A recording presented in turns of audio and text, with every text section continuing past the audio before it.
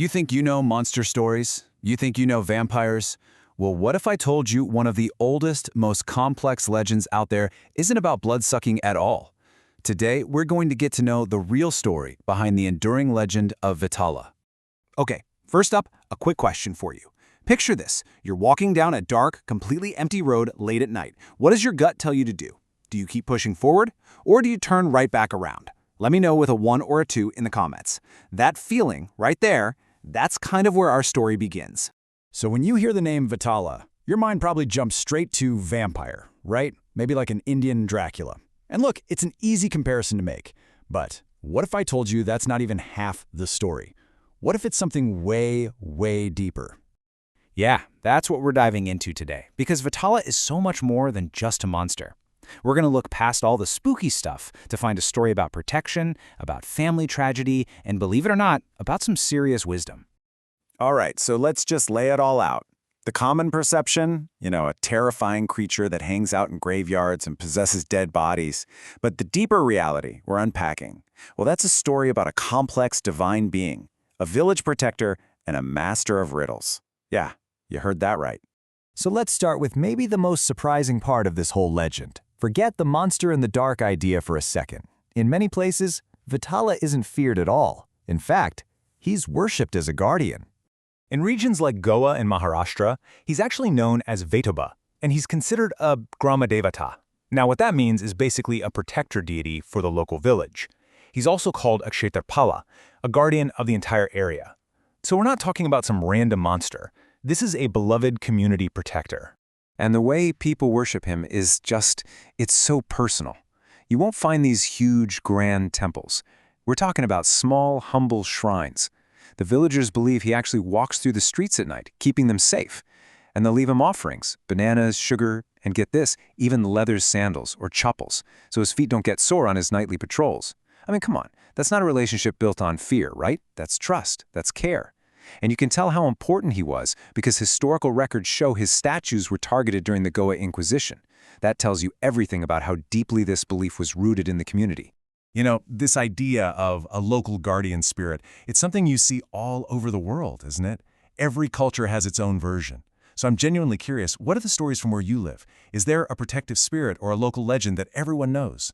Drop it in the comments. I'd love to see how these stories connect across the globe. Okay, so if he's this beloved protector, where does the whole scary monster thing come from? Well, the answer isn't some big evil origin story. It's actually a really heartbreaking story about family, loyalty, and a massive misunderstanding. So the story goes from a text called the Kalika Purana, that Vetala and his brother Bhairava were divine guards for the gods Shiva and Parvati. One day, Parvati comes out of her room, a bit disheveled, and they just happen to see her. They're simply doing their jobs, standing guard. But she feels exposed, embarrassed, and in that moment, she curses them to be born as mortal humans. But here's where it gets so tragic. Out of pure loyalty, they can't just accept it. So they issue a counter-curse, that she, too, must be born human, so that they can be born as her sons and continue to protect her. Can you even imagine that level of devotion? So just think about that. They weren't cursed for doing something evil. They were cursed for doing their duty, for a single moment of misunderstanding. It's so sad. And I think that's why this story has really lasted. It touches on these deep themes of loyalty, injustice, and these powerful family bonds that get all twisted up by fate. Okay, and that brings us to the most famous part of the Vetala legend, the part everyone thinks they know. And just like everything else we've talked about, these stories are not what you think they are. They are so much more than just a bunch of ghost stories. So you have these famous tales of King Vikramaditya and Vetala, right? The collection is called the Vetala Panchavimshati. Most people just write them off as a collection of horror stories. But what if they're actually one of the oldest, smartest critical thinking exercises in history? Yeah, exactly. The whole point wasn't just to be scary. Vetala possesses a corpse, sure, and he tells the king these wild stories while the king is carrying him on his back. But every single story ends with a puzzle, a moral dilemma designed to test the king's wisdom and his ethics to the absolute limit. And the rules of this game are just ingenious. So King Vikram has to carry this corpse with Vetala inside it. Along the way, Vetala tells a story and ends with a riddle. Now here's the ultimate catch-22. If the king knows the answer, he has to say it, otherwise his head will literally explode. But the second he speaks the correct answer, poof, Vetala escapes and flies right back to his tree, and the king has to start all over again. This happens 24 times. Imagine the mental pressure, having to solve these deep ethical problems over and over and over. So when you put it all together, this guardian spirit who is also this incredible master of wits, you get a legend that is just unbelievably powerful. And it's a legacy that has quietly rippled out and influenced stories you probably know very well.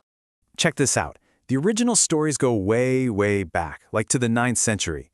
Then, fast forward to 1870. The famous explorer Sir Richard Burton translates and retells them in English in a book called Vikram and the Vampire. Now, guess who is familiar with Burton and his work? A guy named Bram Stoker. And what does he publish just a couple of decades later? Dracula. The line of influence is pretty hard to ignore, right? But look, this isn't about comparing who's scarier or who's better. It's about seeing how different they are. Vetala is a spirit that uses a corpse to test our minds, our morals. He's not really evil. Dracula, on the other hand, is an undead thing that preys on people to survive. He's pretty much the embodiment of evil. It's really a case of one challenging your intellect while the other threatens your life. Which brings us to right now. Why are we still seeing Vetala pop up in video games, in web series, in comics? What's the deal? Why does this ancient spirit still have such a hold on us today? Well, I think the answer is pretty clear. He's stuck around not just because he's a scary figure, but because he stands for something much cooler: intelligence, mind-bending riddles, and the courage to question everything. He is the ultimate puzzle master. And let's be honest, that kind of character never goes out of style. So I want to leave you with this one last thought. What if the monsters that really stick with us, the ones that last for centuries, what if they aren't just the ones trying to scare us? What if they're the ones who are actually here to make us think? Hey, if you're into stories that have more going on than just jump scares, stories with real cultural depth, do us a favor and save this explainer. It really helps other people find it. And finally, we want to know where to go next. We absolutely love digging into these global legends. So let us know in the comments, what country's folklore should we dive into for our next explainer? Thanks so much for hanging out with us.